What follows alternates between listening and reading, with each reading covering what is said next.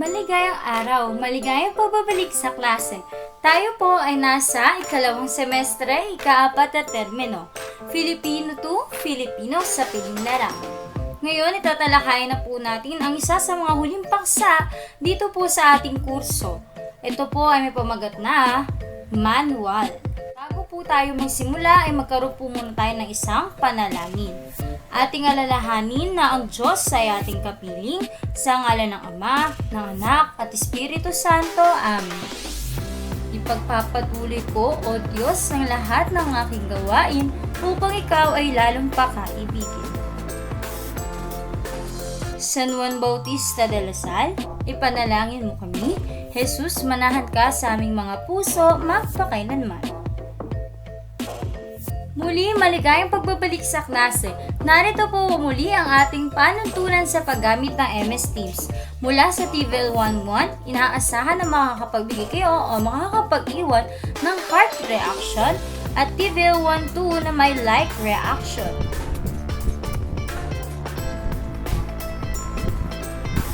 Formal na nating simulan ang pagtalakay sa ikalawang paksa na manual. Pagbuo ng manual.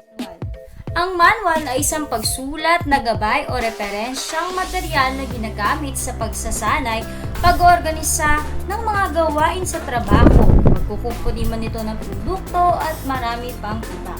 Ang gamit na binabanggit dito ay tulad ng mga appliances sa bahay, mga tinatawag na user manual o guides ang tawag dito.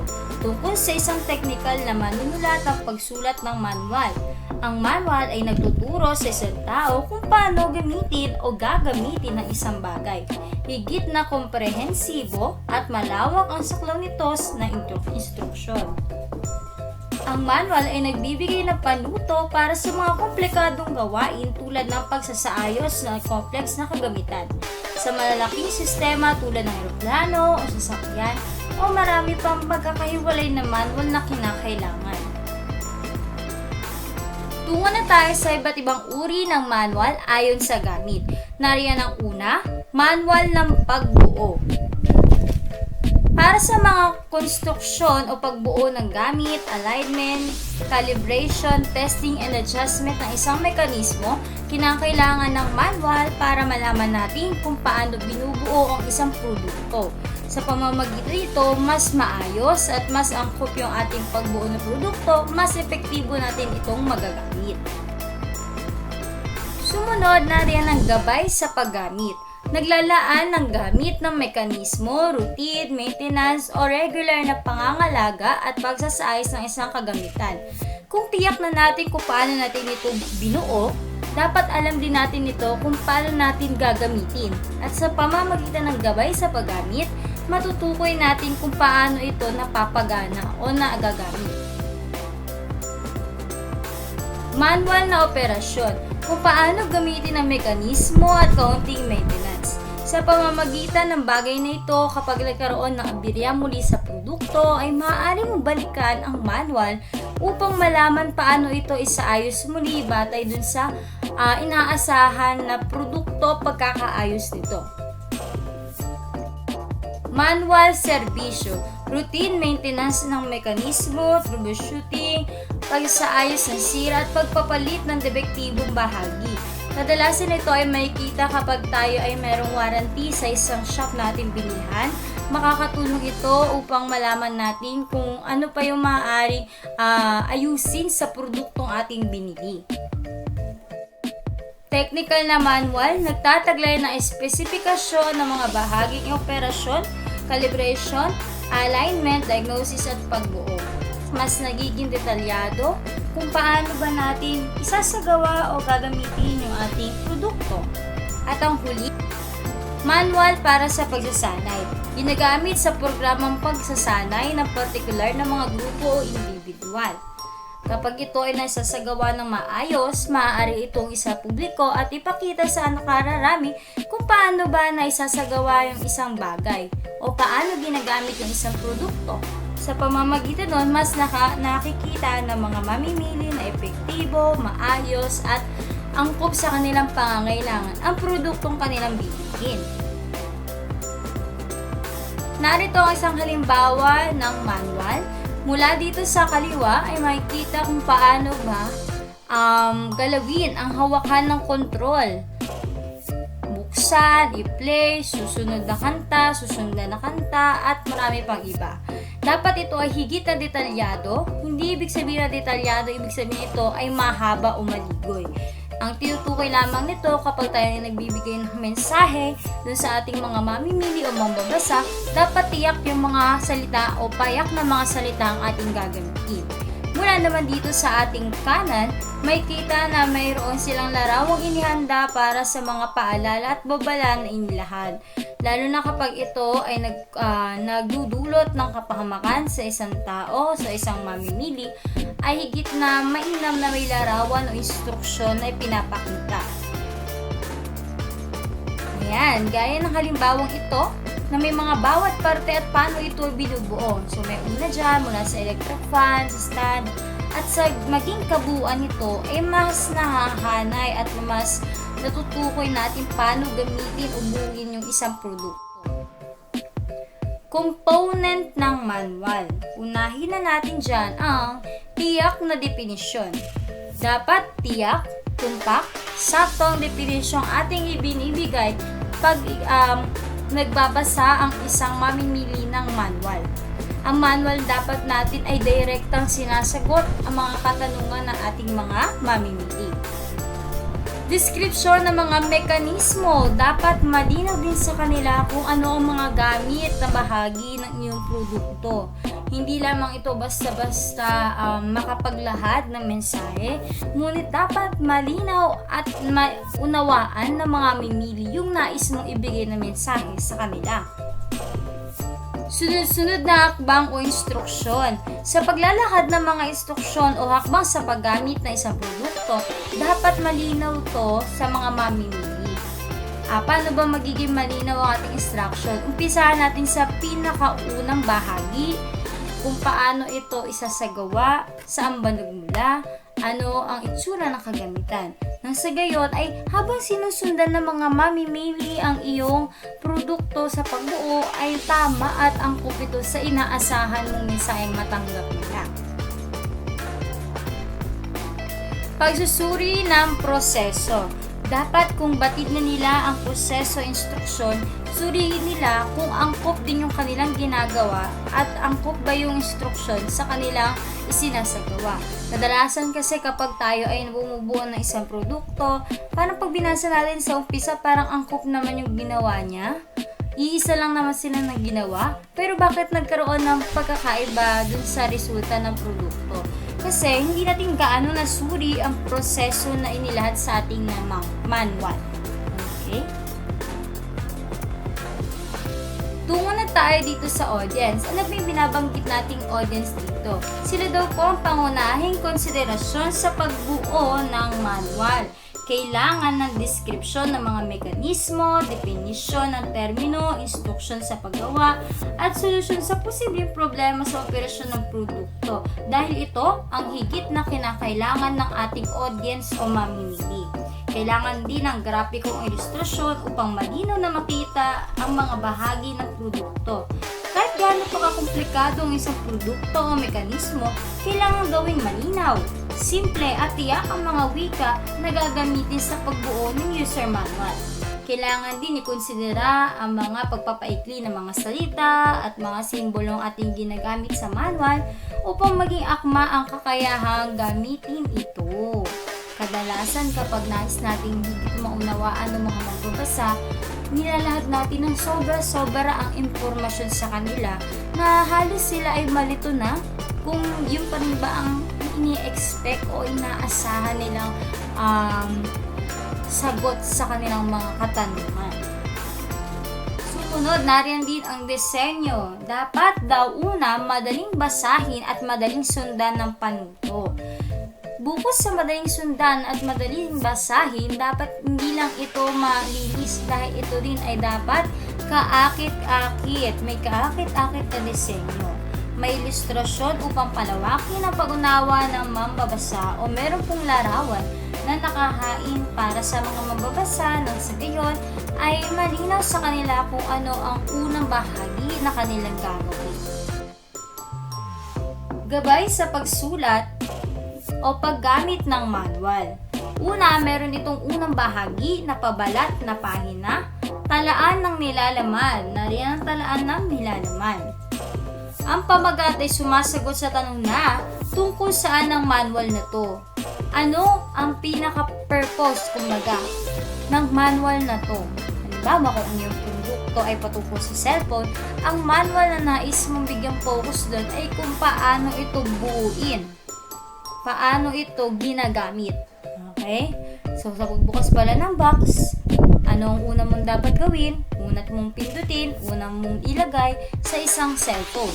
So, tungkol saan ang manual na nais mong talakayin? Sumunod na riyan ang talaan ng nilalaman. Itinatalaga ang sunod-sunod na gawain sa loob ng manual.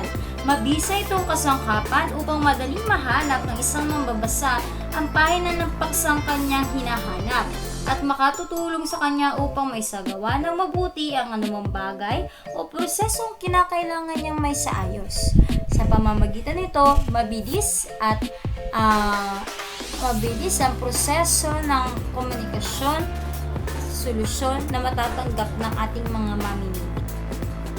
Nariyan din syempre ang introduksyon. Sa introduksyon, dapat masagot ang mga tanong na ito. Anong nilalaman ng manual? Paano gagamitin ang manual? Sino ang gagamit ng manual? Ayan. Kapag nasagot nyo lahat ng mga tanong na ito ay magiging epektibong introduksyon para sa inyong manual. Sumunod na riyan ang navigation tips. Unahin na natin ang gamit at tungkulin. Sa gamit at tungkulin, tinutukoy na dito daw nakalahad kung paano ginagamit o saan ginagamit ang isang bagay. Unahin na natin sa saklaw. Dito raw po nakasulat ang anumang mga paksang tatalakayin sa manual, particular na gamit ng tungkulin.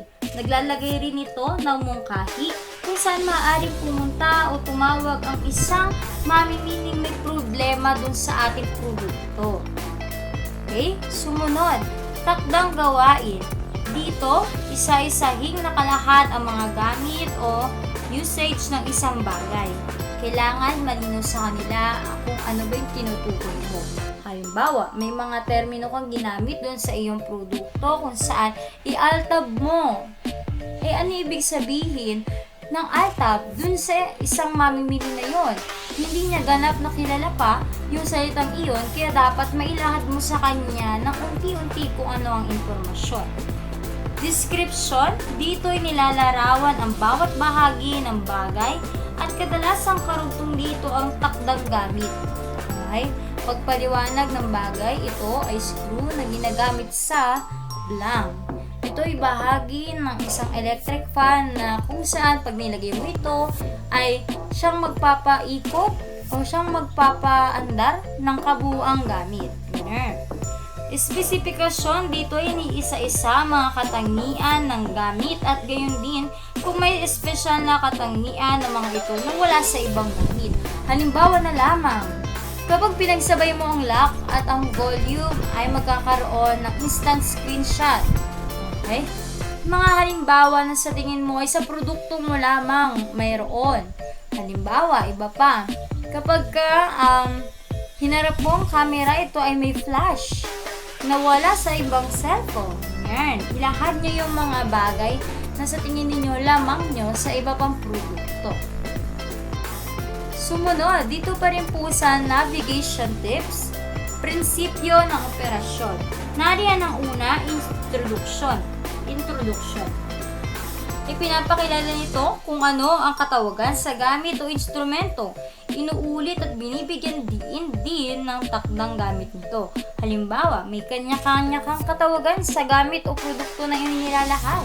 Pwede mong isalay doon saan ba nanggaling ang katawagang iyan, saan ba nagmula, sino kaya ang nagbigay, at anong inspirasyon mo sa pagbuo ng produkto iyon. Kalawa, theoretical na kaligiran. Isinasaad ang pagbatayang teorya sa pag-aaral na naging dahilan sa pagkabuo ng gamit ng instrumento. Halimbawa, kapag ikaw ay bumili ng isang produkto, meron ito syempre inspiration o inspiration. Saan ba nagmula? Kanino ito mula? Nabasa mo ito dati na gusto mong gawing produkto? Dito mo yan ilalahad sa theoretical na kaliputan o pinagmulan. Sumunod, gamit ng instrumento. Isinasaad dito ang pangkalahatang gamit ng instrumento. Step by step, mula sa una, pagkabukas pa lamang ng gamit, pagkahawak pa lamang ng gamit ng isang mamimili. At ang huli, pagsusuri ng datos. Dito ay nilalagay ang pagsusuri o analysis ng isang datos na pinag-aaralan sa pagbuo ng introduction o produksyon ng gamit. Ito ay magiging patunay na ang gamit o instrumento ay dumadaan sa masusing proseso. Okay? Sa pamamagitan nito, pag nailahad ito ang tungkol sa datos at sinuri ang nilalaman ng datos, malalaman natin na ay matagal na pala itong gamit. Ibig sabihin, ginagamit ang nakararami at epektibong ginagamit ng lahatan. Sumunod, nariyan pa rin ang instructional sa operasyon na merong una ang gumagamit. Dito ay nilalarawan kung sino ang maaaring gumamit ng instrumento. Gayon din ang nagbibigay nito ng paalala para sa kanilang kaugnayan sa paggamit at pangangalaga nito. Kung ang laruan na iyong binili ay dapat para lamang sa 2 to 3 years old, angkop na dapat itong sundin dahil maaari itong makaapekto sa mga tatanggap na isang produkto. Halimbawa, nalaro ito na mas bata pa dun sa 2 to 3 years old na nabanggit sa manual. Nagamit ito ng isang bata na may maliit na laruan. So, ito ay maaari makaapekto o magkaroon ng masamang epekto dun sa mga mamimili. Pangalawa, mga kontrol at indikasyon. Sa bahaging ito ay may guhit, ilustrasyon, ang larawan, ang mga kontrol na ipinipindot o ginagalaw upang magamit ng instrumento. Nilalagay din ang pangalan at paliwanag ng mga simbolo sa kontrol at pinapaliwanag ng mahalagang indikasyon. Dito sa punto na to, kung kayo po ay bubuo ng isang electric fan, meron diyang mga linya kung saan ito, ang takip nito, may katawagan na ganito. Kapag inilagay mo to sa ganitong bahagi, ay maaari kang makabuo ng maayos at epektibong produkto. Inilalahad din kung ano ang pangalan ng produkto kahit maliit na bahagi yan. Kung screw man yan, kung bahagi man yan ng isang produkto na sa tingin mo ay kala mo ay walang silbi, ngunit ito ay pala ay siyang magiging susi upang magamit na epektibo ang isang bagay. At ang huli, mga hakbang sa paggamit. Isa-isahing nakalahad kung paano gamitin ang bawat bahagi ng gamit sa instrumento. Pinapaliwanag din dito ang mga prosesong kailangan sundin upang maisagawa ang isang tungkulin. Okay? Dapat malinaw lagi sa mambabasa o mamimili ang instrumento sa paggamit ng produkto. Para hindi magisayang ang kanilang produktong binibili, dapat ilahad din natin sa kanila kung ano yung totoo at tapat na impormasyon sa isang produkto. Serbisyo at pagmementahe, karaniwang problema at may simpleng solusyon. Ano kaya yung mga binabanggit dito? Unahin na natin ang karaniwang problema. Dito iniisa-isang ilahad ang posibleng maranasang problema ng gamit o instrumento sa mga posibleng dahilan. Halimbawa, bigla na nag-stop ang isang produkto sa pag-andar. Bigla na lamang hindi ito umandar. Bigla na lamang hindi pa nahawakan, may basag na. Okay, ito yung mga karaniwang problema na maaari pa rin masolusyonan. Maaaring ito ay dahil sa hindi pag-iingat, maaaring ito ay depende sa gumagamit na lagi natin sinasabi na binili mo yung produkto niya kasi matagal yan masira. No, depende lagi po yan sa paggamit. Ano mang tibay na gamit na bibilhin mo kung ikaw mismo ay hindi marunong mag-ingat, hindi tatagal ito sa'yo ng ilang buwan o ilang taon. Okay? Simpleng solusyon. Dito nagbibigay ng mga mungkahing solusyon sa mga karaniwang problema nararanasan ng gamit o instrumento. At ang solusyon ay maaari at kayang gawin ng user nang hindi kailangang pumunta sa opisina. Sabihin, ang dalawang pagkakaiba ng bagay na ito ay ang karaniwang problema ay kinakailangan ng agarang aksyon na sa tingin ninyo agad-agad kailangan yung pumunta sa isang opisina na sila lamang ang maaaring makasagot ng inyong mga katanungan. Pagdating sa simpleng solusyon, ang manual na mismo ang magbibigay sa inyo ng kasagutan sa mga katanungan ninyo patungkol sa produkto. Sumunod, nariyan din ang appendix. Ito ang kalakip na dokumentong may kaugnay sa kabuuan na nilalaman ng manual. Nariyan ang glossary para sa termino. Dito po nakatala ang mga alpabeto at mga termino ng mga bagay, proseso at gamit. Dito rin nakahanay yung mga kahulugan na ating nasalubong habang binabasa yung ating manual.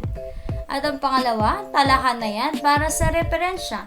Nasaan yung talahanayan o table ang mga referensyang ginamit. Ito man ay maaaring nasuri mong datos o anumang bahagi ng manual na sa tingin mo ay iyong nagamit sa pagbuo ng manual. At ang huli nariyan ang bibliography na paalpabetong talaan ng mga referensya o mga binasang dokumento. Dito mo na ilalagay o i-compile yung mga mensaheng nabasa mo, ginamit mong link na gamit mong website sa pagbuo ng manual o produktong iyong ginawa. Tungo na tayo sa payo sa pagsulat ng manual. Ano ba yung mga dapat natin gawin bago tayo magsimula sa pagbuo ng manual?